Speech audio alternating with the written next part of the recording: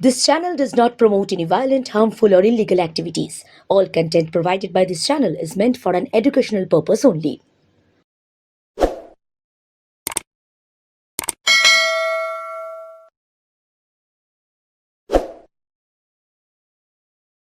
বিশ্ব বাংলা সংবাদ প্লাসে আপনাদেরকে স্বাগত। মহারাষ্ট্রের উপমুখ্যমন্ত্রী অজিত পাওয়ার চার্টার্ড ফ্লাইট দুর্ঘটনায় মারা গিয়েছেন। তার সঙ্গে মারা গিয়েছেন আরও 5 জন। কিন্তু এই মৃত্যু নিয়ে অসংখ্য প্রশ্ন। সঞ্জয় গান্ধীর মৃত্যুর পর, বিমান দুর্ঘটনায় মৃত্যুর পর ঠিক একইভাবে এই প্রশ্নগুলো উঠেছিল। প্রশ্ন উঠেছিল সঞ্জয়ের মৃত্যুর পেছনে কার হাত রয়েছে,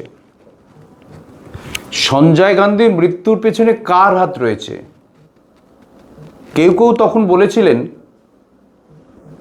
কংগ্রেসের ভিতরকার হাত, আবার বিভিন্ন সময় বিভিন্ন রিপোর্টে বিভিন্ন খবরে মাঝে মধ্যে শুনতে পেরেছেন যে সঞ্জয় গান্ধী এতখানি লার্জার দ্যান লাইফ হয়ে উঠছিলেন এবং কংগ্রেস সরকারের উপর একটা থ্রেট হয়ে দাঁড়িয়েছিলেন। তিনি চলে যান অনেকেই চাইছিলেন, এমনকি নাকি তার মাও চাইছিলেন। যদিও এই সমস্ত স্পেকুলেশন, এই সমস্ত আন্দাজের খবরের কোনো সত্যতা এখনো পর্যন্ত তদন্ত করে বের হয়নি। বিমান দুর্ঘটনাতে মৃত্যু হয়েছিল সঞ্জয়। ঠিক একইভাবে অজিত পাওয়ারের মৃত্যুর পর, অজিত পাওয়ার মহারাষ্ট্রের মুখ্যমন্ত্রী, বারামতিতে তিনি নির্বাচনের আগে একটা জনসভা করবেন। সেখানে নির্বাচন ছিল, তার আগে সকাল জনসভা করবেন, সেরকমই ঠিক ছিল। এবারে প্রশ্নটা হচ্ছে যে তার 40 মিনিটের মহারাষ্ট্র থেকে, মুম্বাই থেকে তার যে গন্তব্যস্থান বারামতি, যেটা একসময় তার বেড়ে ওঠার জায়গা, সেই বারামতির দূরত্ব ছিল 40 মিনিটের, আকাশপথে 40 মিনিটের পথ ছিল। এখন সেই পথটা তিনি চলে এসেছিলেন।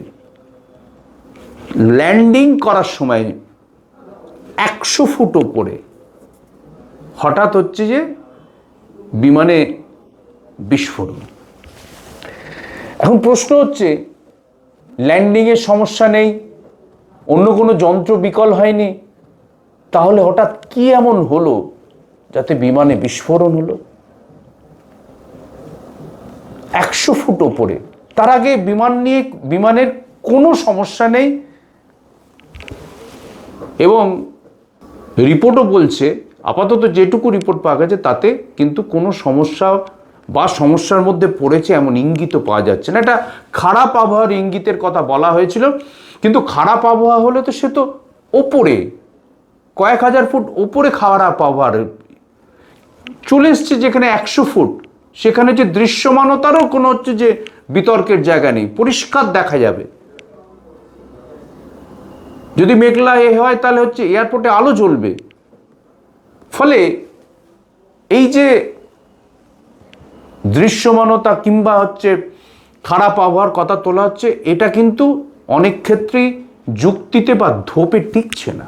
আর এই টিকছে না বলেই যে প্লেনটা 40 মিনিট ওড়ার পরও যে কোনো সমস্যা তৈরি হলো না, সেটা নামার 100 ফুট আগে গিয়ে যে বিস্ফোরণ হলো সেই বিমানে, যার ফলে প্রশ্নটা উঠেছে। প্রশ্নটা কেন উঠেছে? তার কারণ মহারাষ্ট্রের রাজনীতিতে বিজেপি যে সরকারটা তৈরি করেছে এনসিপির সঙ্গে, সেটা যে হাতে হাত মিলিয়ে সরকার। অর্থাৎ কাল যদি যে এনসিপি সমর্থন তুলে নেয়, তাহলে সরকার টিকে থাকা রীতিমতো প্রশ্ন চিহ্নের সামনে দাঁড়িয়ে যাবে। এই অবস্থায় দাঁড়িয়ে রাজনৈতিক মহলে, বিশেষত বিজেপি এবং এনসিপি মহলে একটা আওয়াজ উঠেছিল, একটা খবর ক্রমশ যে সঞ্চারিত হচ্ছিল। কি খবর? সেটা এইটাই যে এনসিপি, 2 এনসিপি নাকি এক হয়ে যাচ্ছে। অর্থাৎ কাকা এবং ভাইপো অজিত পাওয়ার এবং শরদ পাওয়ার নাকি ক্রমশ কাছাকাছি আসছেন এবং আবার মিলে যেতে পারেন, মিলে যাবার সম্ভাবনা তৈরি হয়েছে। ঠিক এই জায়গা থেকেই হচ্ছে রাজনৈতিক মহলের প্রশ্ন যে দুর্ঘটনা তো, এর মধ্যে ষড়যন্ত্র নেই তো, এবং যথার্থভাবে মুখ্যমন্ত্রী এই যে মানুষের মধ্যে ধারণাগুলো তৈরি হয়েছে, মানুষের মধ্যে প্রশ্নগুলো তৈরি হয়েছে, মানুষ জানতে চাইছেন, বুঝতে চাইছেন, তার কারণ ভারতবর্ষের রাজনীতি খুব নোংরা রাজনীতি, এবং বিজেপি কেন্দ্রে ক্ষমতায় আসার পর এই রাজনীতিটাকে কার্যত হচ্ছে যে কর্দমাক্ত রাজনীতি করে দিয়ে গেছে। ভারতবর্ষের স্বাধীনতার পর একপ্রস্থ দেশবাসীর গায়ে, ভারতবর্ষের গায়ে কাদা মাখিয়েছে কংগ্রেস, এবং সেই কাদা মাখানোটা হচ্ছে আলকাত্রায় পরিণত করার চেষ্টা করেছে বা চেষ্টা করে চলেছে হচ্ছে বিজেপি। ফলে ভারতবর্ষের রাজনীতিতে এটা কোনো বিষয়ই নয়। তার কারণ এখানে সরকার গড়ার জন্য, ভাবুন, একটা সরকার গড়ার জন্য বিধায়করা নির্বাচিত হয়ে গেছে। এবার বিধায়কদের টাকা পয়সা দিয়ে কিনে নেবে, যাতে কিনতে না পারে বিধায়কদের নিয়ে তার নেতারা চলে যাচ্ছেন একটা রিসর্টে, নিয়ে দরজা বন্ধ করে বসে থাকছেন। যখন ফিরছেন তারপরও যদি কেউ হচ্ছে টাকার লোভে বেরিয়ে যায়, সেই ভয়ে বাসে করে আসছে, সামনে পেছনে সব গার্ড, মস্তান, দেহরক্ষীরা হচ্ছে যে ঘোরাফেরা করছে, যাতে হচ্ছে যে বিধায়করা অন্য জায়গায় যেতে না পারে। পাশা উল্টে যাচ্ছে, রাজ্য সরকার উল্টে দেওয়া হচ্ছে। আজ যে বিজেপি বিরোধী, তার যদি হচ্ছে কোনো হচ্ছে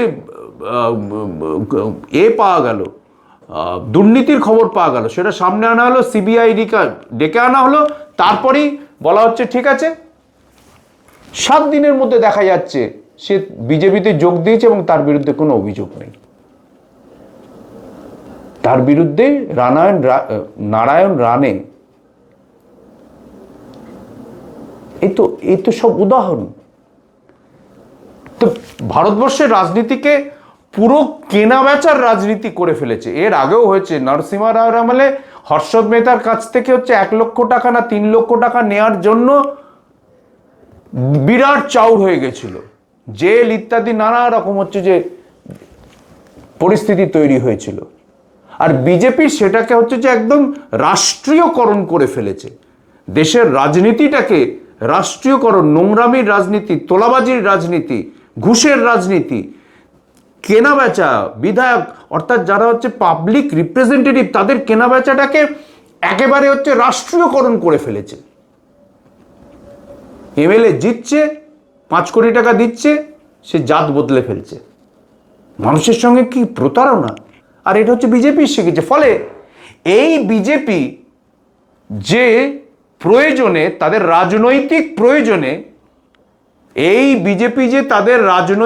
প্রয়োজনে, অজিত পাওয়ারকে বিমান দুর্ঘটনায় মারতে পারে এমন সন্দেহ যদি উঠে থাকে, তার তদন্ত হওয়া উচিত।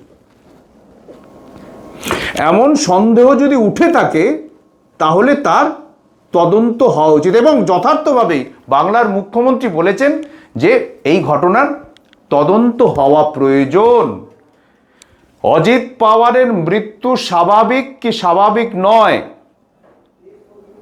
তার তদন্ত হওয়া প্রয়োজন। এবং এটাও ঘটনা, কিসের তদন্ত হবে, কারা তদন্ত করবে? আমি বরং বাংলার মুখ্যমন্ত্রীকে বললাম, আপনি কাদের কাছে তদন্ত চাইছেন? মহারাষ্ট্র সরকার করবে বিজেপিতে, কেন্দ্রে বিজেপি সরকার রয়েছে, এমন একটা তদন্ত করবে মনে হবে যেন হচ্ছে এই তদন্ত চাওয়াটাই ভুল হয়েছিল। এরা তো দিনকে রাত, রাতকে দিন করে দিচ্ছে। ফলে আপনি কি আশা করেন যে বিজেপি হচ্ছে যে আসল তদন্ত রিপোর্ট বের করবে? আসল তদন্ত রিপোর্ট বিজেপি বের করবে আশা করেন নাকি? মাননীয় মুখ্যমন্ত্রী আশা করবেন না। ফলে মাননীয় মুখ্যমন্ত্রী, আপনি যে কারণটা, যে বিষয়টাকে হচ্ছে দেশের মানুষের সামনে তুলে ধরেছেন, সেটাই বরং হচ্ছে আজকের আসল ইস্যু। এবং বিজেপি এই রাজনীতিটা করে থাকে, বিজেপি এই রাজনীতিতে বিশ্বাস করে।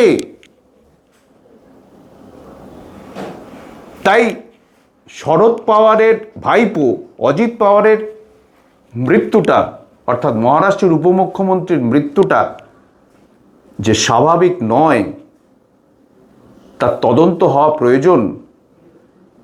এই অভিযোগ তুলে তদন্ত চেয়ে মুখ্যমন্ত্রী যথার্থ করেছেন এবং অজিত পাওয়ারের মৃত্যুর তদন্ত হওয়া প্রয়োজন। এই মৃত্যুর পেছনে বিজেপি রয়েছে কিনা তার তদন্ত হওয়া প্রয়োজন, দেশের মানুষের জানার প্রয়োজন। আমরা নিশ্চিতভাবে এই তদন্ত রিপোর্ট কি হলো না হলো, ধামাচাপা দেওয়া হলো নাকি ভুলিয়ে দেওয়া হলো, সে নিশ্চিতভাবে আবার পরে আলোচনা আসবো। আজ এতটুকুই থাক। আপনারা দেখতে থাকুন, পড়তে থাকুন বিশ্ব বাংলা সংবাদ প্লাস।